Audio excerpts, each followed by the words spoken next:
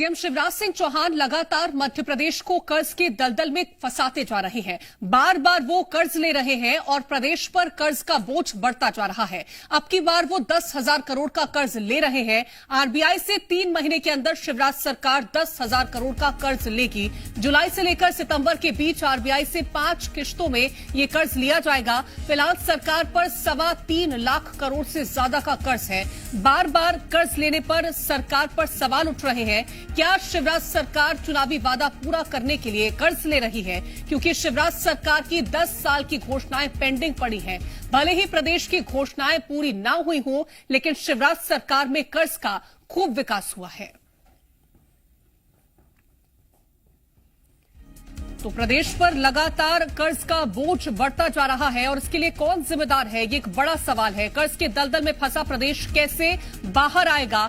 कई सारे सवाल हैं जो जी मध्य प्रदेश छत्तीसगढ़ पूछ रहा है कि क्या सीएम शिवराज सिंह चौहान की तरफ से जो ये कर्ज लिया जा रहा है, ये एकमात्र ऑप्शन अवेलेबल है उनके पास, और प्रदेश पर बढ़ रहे कर्ज के बोझ का जिम्मेदार कौन है? इसके साथ ही सवाल यह भी है कि कर्ज के दलदल में फंसा हुआ प्रदेश आखिरकार बाहर कैसे निकलेगा? क्योंकि जिस तरह से कर्ज लगातार बढ़ रहा है, कर्ज से चुनावी वादे जो सरकार कर रही है, क्या वो पूरा करने की कोशिश की जा रही है? और सवाल यह है कि एकमात्र ऑप्शन क्या कर्ज लेना ही है, जिससे जो सरकार की तरफ से वादे किए जा रहे हैं, घोषणाएं की जा रही हैं, उनसे इसको पूरा किया जाएगा? और प्रदेश जिस तरह से लगातार कर्ज के दलदल में फंसता जा रहा है, कैसे प्रदेश इस कर्ज के दलदल से बाहर निकलेगा? क्योंकि सरकार की तरफ से लगातार इस तरह से कर्ज लिया जा रहा है।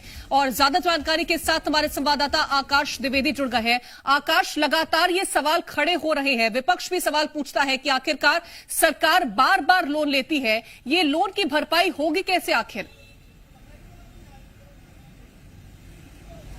ये बड़ा सवाल है और चुनाव से पहले मध्य प्रदेश में कर्ज का बोझ और बढ़ने वाला है, क्योंकि अब तक 3.25 लाख करोड़ से ज्यादा का कर्ज मध्य प्रदेश सरकार ले चुकी है।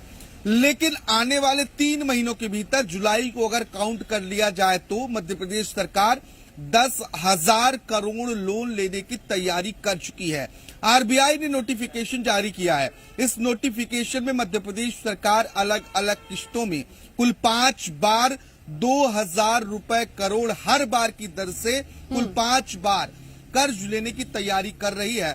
और देखिए, एक बार कर्ज जुलाई में लेगी, फिर अगस्त में 2 बार, इसके बाद सितंबर में 2 बार। आखिर इतना कर्ज क्यों? क्या चुनावी घोषणाओं को पूरा करने के लिए शिवराज सरकार के पास अब कर्ज ही एक ऑप्शन बचा हुआ है? क्योंकि घोषणाएं तो पूरी नहीं हो पा रही हैं। इसकी पोल खुद शिवराज देखिए, केंद्रीय मंत्री वीरेंद्र खट्टिक ने खोली है। उन्होंने पत्र लिखकर साफ कहा है कि जो 2013 और 18 में चुनाव के समय जन आशीर्वाद यात्रा में घोषणा की थी, वो घोषणा अब तक तो पूरी नहीं हुई और अब सरकार विकास पर्व मना रही है। तो क्या जो अलग अलग योजनाएं लेकर आ रहे हैं, उनकी भरपाई बजट से नहीं हो पा रही, जिस वजह से सरकार को लगातार कर्ज लेना पड़ रहा हो?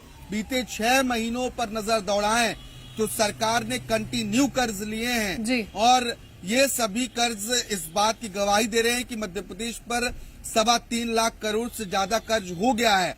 और अब देखिए, ये नई सरकार के लिए भी मुश्किल बढ़ाएगी, क्योंकि 20 साल 30 साल की अवधि तक के लिए ये कर्ज आरबीआई से लिए जा रहे हैं। लेकिन बड़ा सवाल ये खड़ा हो रहा है कि क्या कोई और रास्ता सरकार के पास नहीं बचा है? और अगर नहीं बचा है तो कर्ज लेकर घोषणाएं क्यों की जा रही हैं?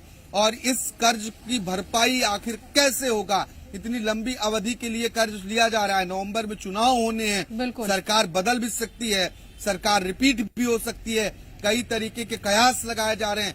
ऐसे में कर्ज पर कर्ज सरकार लेने में जुटी हुई है। बिल्कुल, सरकार कर्ज ले रही है, जिससे मध्य प्रदेश लगातार कर्ज में डूबता नजर आ रहा है।